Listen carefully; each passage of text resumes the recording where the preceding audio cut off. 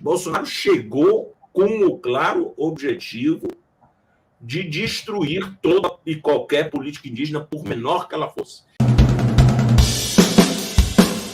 Eugênio, você também tem defendido essa questão de enquadrar o Hugo Bolsonaro pelo crime de genocídio contra o povo Yanomami. Isso também seria de se enquadrar criminalmente. Queria que você comentasse essa questão desse genocídio do povo Yanomami. Bom, isso o povo Yanomami sofre desde o início da década de 70, né?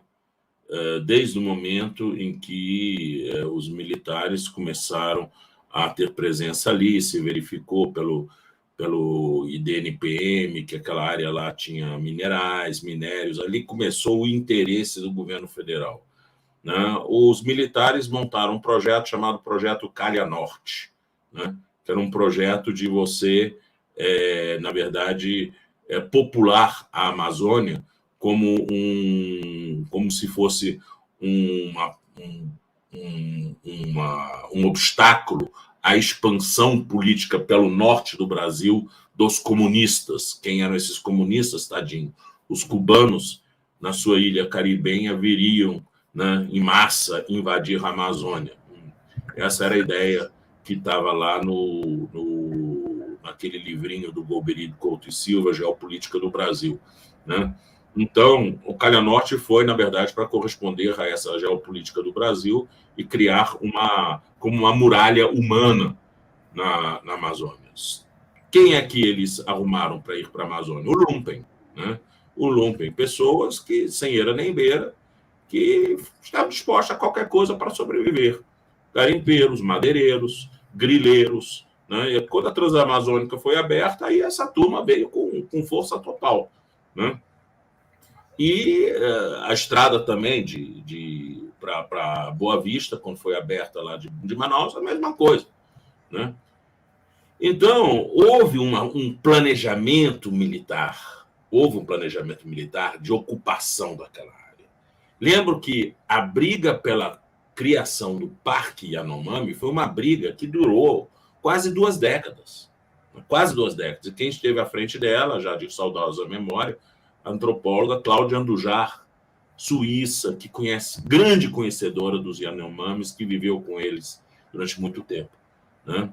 E Cláudia Andujar estava na frente disso e denunciando para a comunidade internacional o drama que estavam sofrendo os Yanomamis pela invasão de suas terras para os garimpeiros, principalmente. Mas também com mineradora, também na área de bauxita, também estavam invadindo a terra.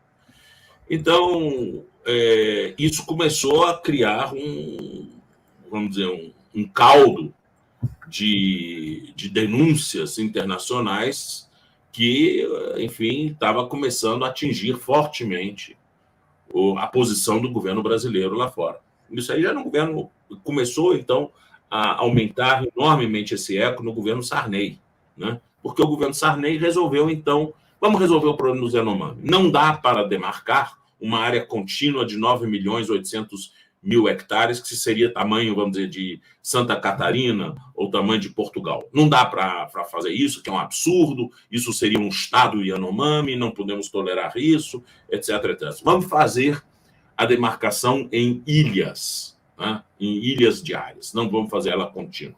Os antropólogos se colocaram contra, porque disseram, peraí, não é porque são apenas 20 mil, nem 20 mil, me parece que eram menos 20 mil Yanomamis nessa área, tá?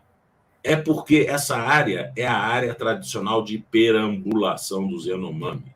Eles vivem perambulando. Faz parte deles fazer troca de aldeias com outras aldeias, né? Eles visitam seus parentes. Então, para manter o modus vivendi deles, precisa demarcar toda a área de circulação deles. Em função disso, a doutora Débora Duprá e eu, naquela época, isso em 1991, né, entramos com uma ação cautelar, né, para determinar que a aeronáutica, a Força Aérea e o Exército juntamente com a Polícia Federal, desintrusassem essa área dos garimpeiros, né? E isso caiu na 6ª Vara Federal de Brasília, com um juiz muito sério, o juiz Novelli Villanova, né? O Novelli, ele, então, não teve dúvida, deu a liminar e mandou acontecer. Quando veio a liminar, na época, Romero Jucá era diretor-geral da Polícia Federal, né? Romero Jucá foi lá negociar com os garimpeiros. Aí eu dei um grito. Isso não é negociar. Ninguém está falando aqui de negociar, de saída negociada, não. É rua. É tirar esses caras daí. E se ele estiver descumprindo a determinação do juiz, cadeia para o Romeu Tuma. Né? Foi essa a posição que assumi naquela época. Ele deu uma grita danada de um procurador da República ameaçando o Romeu Tuma de prisão, né? Que ele era o diretor-geral da Polícia Federal. Mas foi o que a gente fez. Aí, com isso, baixou a poeira, o Batalhão da Selva, lá de Infantaria da Selva, lá de Roraima, se colocou à disposição, a Força Aérea também, a Polícia Federal também, fizeram um plano conjugado junto com a FUNAI, né? E começou-se, então, a explodir, a dinamitar as pistas dos garimpeiros, né? Confiscar as máquinas, proibir eles de abastecerem aviões em Boa Vista, toda uma logística para acabar com esses garimpos, né? Eram em torno de 60 mil garimpeiros que estavam naquela área, né? Só na área brasileira, porque a área venezuelana é muito maior que a brasileira, e tem muito brasileiro também na área Yanomami e venezuelana, né? Também criando um problema, inclusive tensões bilaterais enormes por causa disso. Então, aí veio o governo Collor, né? E o Collor se mostrou interessado por essa questão indígena por conta do ministro da Justiça dele. Vamos lembrar uma coisa, o ministro da Justiça do Collor, depois que saiu o Bernardo Cabral, foi o Jarbas Passarinho, não é isso? Uhum. Jarbas Passarinho é o redator do artigo 231 da Constituição dos Direitos Indígenas. Tá? Jarbas Passarinho pode ter tido um monte de defeitos, mas ele foi um gigante na defesa dos índios. Sempre foi um gigante. E ele, como ministro, ele escolheu ninguém mais, ninguém menos que Sidney Possuelo, um sertanista comprometido com a questão indígena, para ser presidente da FUNAI. E Sidney Possuelo acabou me escolhendo na época para ser procurador-geral da FUNAI, né? Então, a nossa prioridade absoluta era Yanomami, né? Era o Casai, lá, a casa do índio lá em Boa Vista, era conseguir garantir assistência médica, porque a situação era catastrófica que nem hoje. Eu fui visitar na época o Papiú, que é uma das aldeias Yanomami. Rapaz, era todo mundo com malária, criança, adulto, velho, estava todo mundo com malária. E com malária por quê? Porque os garimpeiros transformaram aquela região lá num lamaçal, um lamaçal que atraía os mosquitos, né? Então a malária se espalhou, e não só malária, cólera, doenças de natureza digestiva, porque os garimpeiros ficavam dando, para conquistar os índios, ficavam dando bolacha Maria para os indígenas. E bolacha Maria tem açúcar, esses índios nunca comeram açúcar, então isso aqui era quase que um veneno, de matar mesmo, né? Então, uma mortalidade enorme, uma situação assim deplorável. Eu fui lá com o Sidney Possuelo, depois a gente foi no Alto Catrimani, a gente chegou aí no Urariquera também, e esse cenário se repetia, né? Mas havia um compromisso do governo de tirar, e realmente conseguiu se retirar, né? Sobraram na área toda talvez uns 2.000 garimpeiros, porque a área é enorme, é uma área tamanho de um país, né? Que cobre parte do estado de Roraima e parte do estado do Amazonas, né? Então, é difícil você realmente tirar tudo, mas conseguiu-se, pelo menos nessa vigilância permanente, reduzir drasticamente a presença dele junto com os índios. Passou-se a ter uma política de atender esses índios, junto com o Ministério da Saúde. Mas, enfim, Aí vieram os nossos governos, né? De Cardoso. Oi? Agora tem 20 mil garimpeiros lá, né? Sim, mas aí veio o governo Fernando Henrique Cardoso, manteve mais ou menos essa política de buscar estabilizar, e vieram nossos governos, tentaram também, às vezes com mais, às vezes com menos recursos. O grande problema da FUNAI era a falta de recursos. Simplesmente nunca foi prioridade orçamentária, nem dos nossos governos. Realmente, equipar a FUNAI e dar à FUNAI meios para ela cumprir a política indigenista. Nunca. Na época que eu fui ministro da Justiça, eu criei o Conselho Nacional de Política Indigenista, reunindo todos os representantes indígenas no Ministério da Justiça para que eles pudessem realmente também ter voz, né? E dizer claramente para onde o governo federal deveria ir nessa política indigenista. Mas eu devo confessar a vocês que não houve nenhuma prioridade para a política indigenista nos nossos governos. Não houve. Tá? Esteve muito aquém do que eles esperaram. Tanto assim é que, no final das contas, os índios, quando foi o golpe contra a presidenta Dilma, né, os índios meio que cruzaram os braços e disseram, bom, não estão nos defendendo, por que a gente vai agora assumir um lado ou assumir o outro lado? Mal sabiam eles que não assumir a defesa da presidência da Dilma significava algo muito, mas muito pior, que era a destruição do Estado por aquela pinguela do passado do Moreira Franco, né? E depois, mais tarde, o fascismo de Bolsonaro. Né?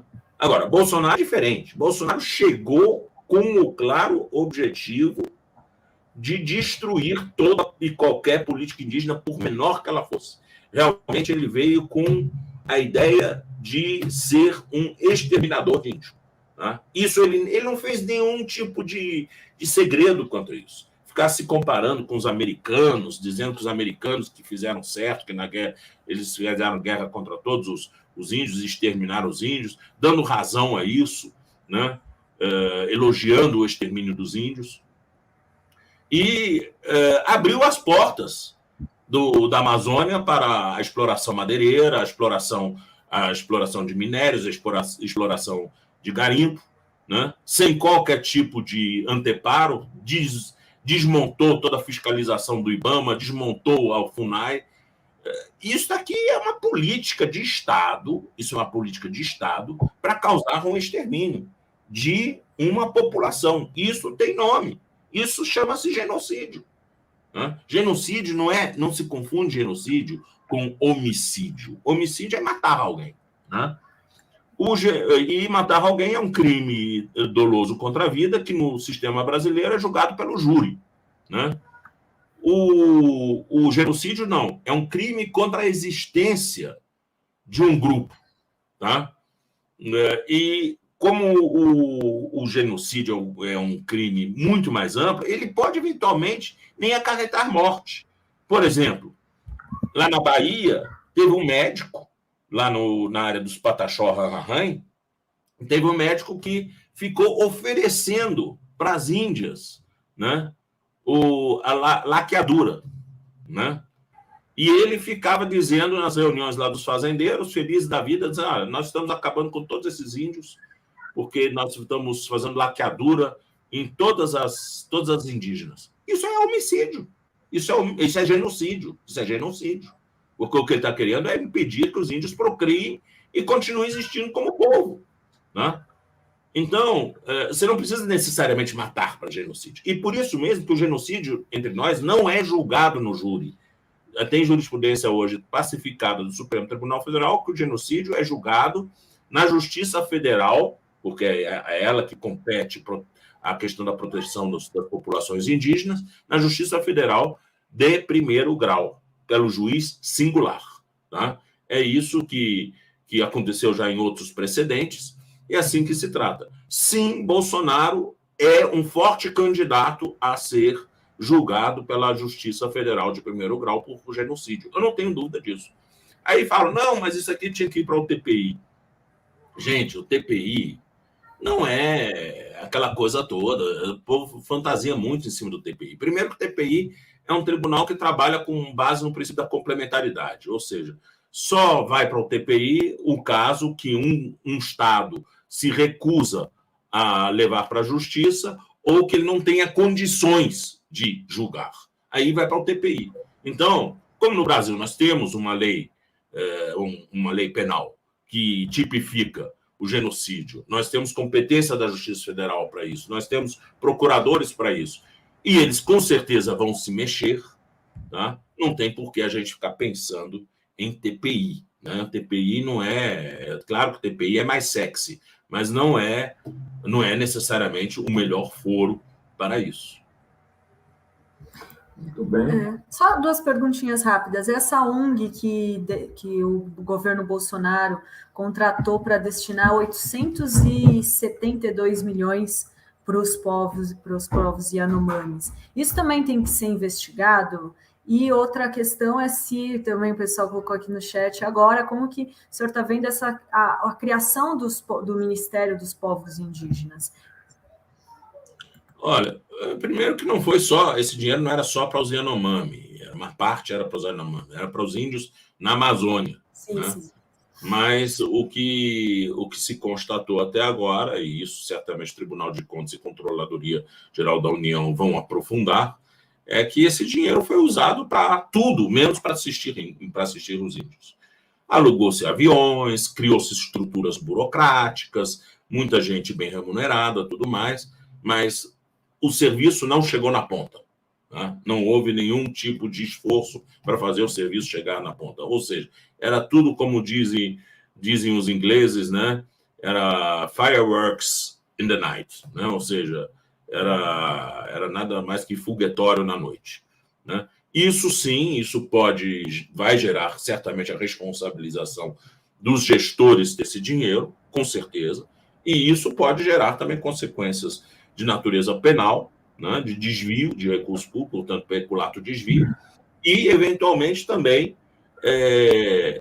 improbidade administrativa. Isso é uma coisa que a gente vai ter que ver, mas isso, claramente, eu acredito que a justiça, e aí, no caso, trata-se da justiça de primeiro grau, que é muito mais motivada do que o Procurador-Geral da República, que eu acredito que não vai deixar isso escapar. Quanto à criação do Ministério, houve muita controvérsia entre os indigenistas. Tá? Sempre foi um problema. E por quê? Porque os povos indígenas são muito heterogêneos. Né? É a mesma coisa você querer criar um ministério para os descendentes de europeus. Né? São povos, alguns deles, inclusive, até com relações de hostilidade de um contra os outros. Como, por exemplo, os Cangangue com os Guarani. Né? Existe, inclusive, esse tipo de coisa. Quem desses daí que você vai colocar como um ministro? Tá, tudo bem, colocaram uma pessoa com toda a aptidão para ser ministro dos povos indígenas, ninguém vai discutir isso, mas é a questão de saber se os outros povos indígenas vão legitimar ou não legitimar a atuação da Guajajara. Né? Isso é um problema. E mais, também fala contra isso o fato de que o Ministério não é uma instituição indígena, é uma instituição branca. Né? Ou seja, não é da tradição deles. Era muito mais, a meu ver, era muito mais eficiente você fortalecer o Conselho Nacional de Política Indígenas como grande foro de debate indígena pelos indígenas, porque lá todos estão presentes, é um foro democrático, você organiza com isso também a população indígena no Brasil, e você instrumentaliza a FUNAI. Né? Definitivamente, vamos mudar o Estatuto do Índio, vamos fazer uma política indígena mais participativa, vamos colocar a FUNAI na mão de um perfil de um sertanista ou de um indigenista